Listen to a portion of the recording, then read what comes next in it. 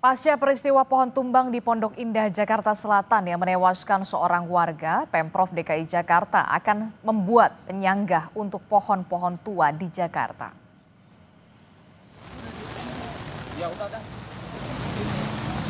Gubernur DKI Jakarta Pramono bilang sejumlah pohon yang sudah berusia tua di Jakarta akan dipasang penyangga.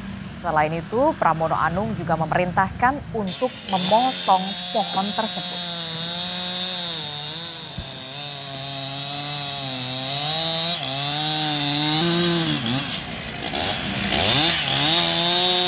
Beberapa daerah termasuk di Pondok Indah memang ada pohon-pohon yang memang perlu kita buatkan trigger penyangganya.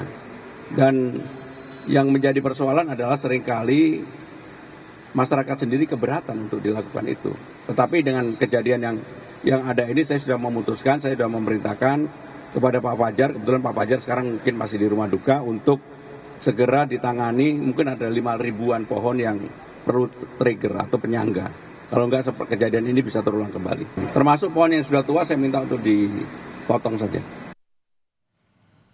Cuaca ekstrim masih melanda wilayah Jakarta. Hujan deras disertai dengan angin kencang menyebabkan kerusakan dan korban jiwa.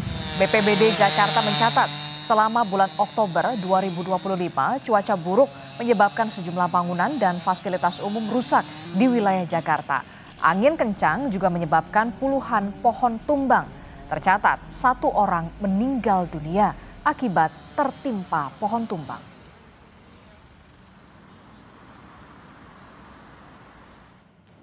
Di bulan Oktober 2025, saudara, cuaca buruk berupa angin kencang tercatat terjadi 2 kali, masing-masing di Jakarta Barat dan Jakarta Timur.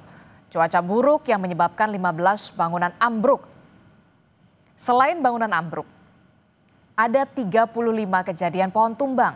Terbanyak ini terjadi di wilayah Jakarta Selatan dengan 19 kejadian. Selain kerusakan bangunan dan pohon tumbang, cuaca ekstrim menyebabkan 1 orang meninggal dunia.